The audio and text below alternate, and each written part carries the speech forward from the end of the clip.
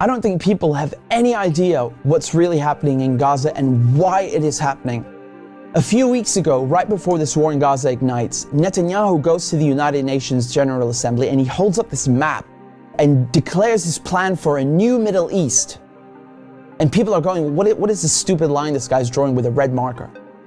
What it is an economic corridor that stretches all the way from India to the United Arab Emirates, into Saudi Arabia, into Jordan, Israel, and then finally to the entire European continent. I mean, the United States at this point, seeing their influence starting to fade, seeing the relevance of the dollar recede after they stole $300 billion from Russia. You have all these spooks in Washington and Tel Aviv, running around desperately trying to counter BRICS and counter China's new Silk Road. And this is their answer. This is a rival to the new Silk Road. Remember, the ancient Silk Road is the largest, most important trade route in human history. This thing is enormous. It stretches all the way from China to Syria to the Mediterranean Sea. The Chinese know how important this thing is and they want to revive it. It is the future of world economics, trade, and politics. Within the span of a few weeks, Iran and Iraq have signed a railway deal. So now you have a rail link for the new Silk Road. And President Assad of Syria, who the West have been trying to isolate for over a decade, is now visiting China, the world's largest economy, and signing a strategic partnership. This is pivotal.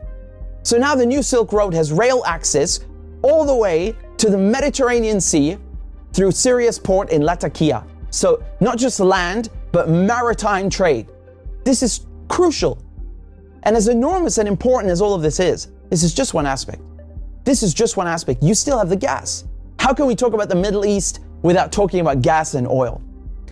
When the US instigated the Maidan coup in 2014, that wasn't just about NATO expansion and encirclement of Russia. This was about surrounding, controlling, and cutting off Russian gas to Europe. Russia is the country with the largest proven reserves of natural gas. Control Ukraine, and you control the pipelines that feed and supply Russian gas to Europe. For decades, you've had US politicians, Republican and Democrat, from every administration, openly saying on camera, we don't want Nord Stream. There will be no longer a Nord Stream 2. We will bring an end to it. You want to have pipelines that don't go through Ukraine and Russia. For years, we've tried to get the Europeans to be interested in different pipeline routes. It's time to do that. You want to depend more on the North American energy platform, the tremendous bounty of oil and gas that we're finding in North America. Lo and behold, Nord Stream 1 and 2 are blown up. I mean, this is without question the most egregious, the largest terrorist attack on European infrastructure in modern history. There are only 3 countries on this planet that can pull this off. They are Russia, Britain, and the United States. And let me tell you, it was not Russia. You combine that with the sanction packages from the European Union, banning Russian oil and gas. I mean, talk about shooting yourself in the foot. So now there's no more Russian gas coming into Europe. And just like that, the United States have achieved a long-standing foreign policy objective. Now, the only other country with enormous gas reserves, the second largest in the world, is Iran. Iran signed the nuclear deal in 2015 and 2016. They're complying in every way imaginable.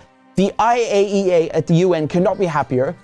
And then the United States, the guys who orchestrated the whole deal, go back on their word and they rip it up just like that and reimpose sanctions on Iran. So now Iran is barred from selling its oil and gas to Europe and others. So Russia and Iran, the 2 countries with the largest gas reserves, are out of the picture.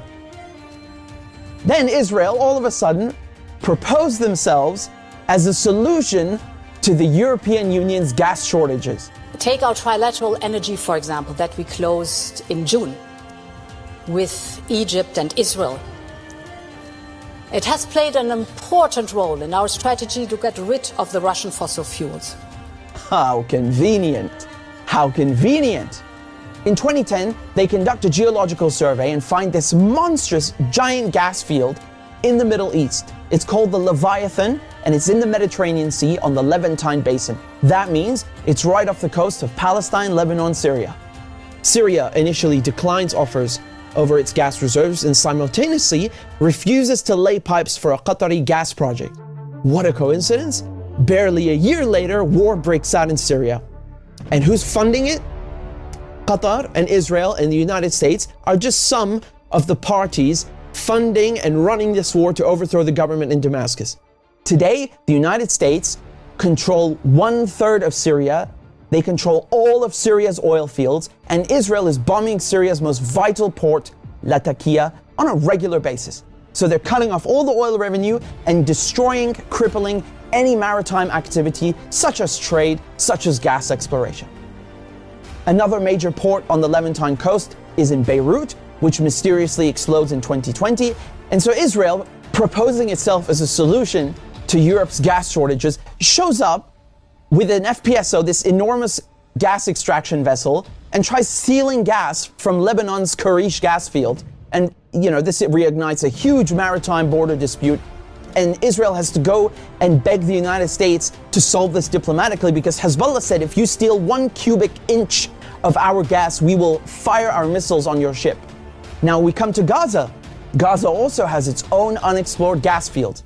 Gaza is also a concentration camp run by the Israelis, and it's been under siege by Egypt and Israel under naval blockade since 2007. I mean, you can't even fish properly, let alone extract gas. And so now, the Lebanese, the Syrian, the Palestinian ports, they're all out of action, and the only working port left in the coast is the Israeli port on Haifa. I mean, how convenient. This makes Israel the only one able to explore gas and implement an economic corridor like the one that Netanyahu held up at the UN. So in other words, Israel and the United States together killed off all the competition, stole their goods, and cornered the market. But as winter is approaching, Israel desperately needs to get that gas for Europe. But there's no stability. There can never be stability in the region without solving the Palestinian question. And so when Netanyahu shows up at the UN with his brilliant plan, the Israelis thought, oh, it's a done deal. They'll just get Saudi Arabia to normalize ties and thereby extinguish the Palestinian issue once and for all. And that is precisely why they are in Gaza slaughtering Palestinians like crazy, like they're in berserker mode. Israel has bombed Gaza before, but this surpasses anything we've ever seen, which is truly saying something. I mean, this is unhinged, calling people human animals and massacring them. Israel is just hoping the Palestinians will run away in fear into the desert. They've literally said this. They want to put them in the desert. They want people in Gaza to go to the Sinai desert and push the people in the West Bank into Jordan. This is genocide and ethnic cleansing without question. But it also has economic and geopolitical implications. Hamas and the collective resistance, when they found out about Israel's plan and Saudi Arabia's wishes to normalize ties with Israel, which would destroy any hope of a Palestinian state, this forced their hand. It became clear they needed to act and respond immediately, lest Palestine be lost forever. For Palestinians, this is and always has been a matter of life and death, to be or not to be. Either the resistance axis and the global south expel the American and Israeli colonizers from the Middle East, or Israel and the United States will continue occupying the region, choking off the new Silk Road, plundering Syria's oil, and keeping Russian, Iranian, and Arab gas cut off from the world market. This is a decisive moment, and not just for Palestine, because the victors will end up drawing the new map of the world to come. I don't think people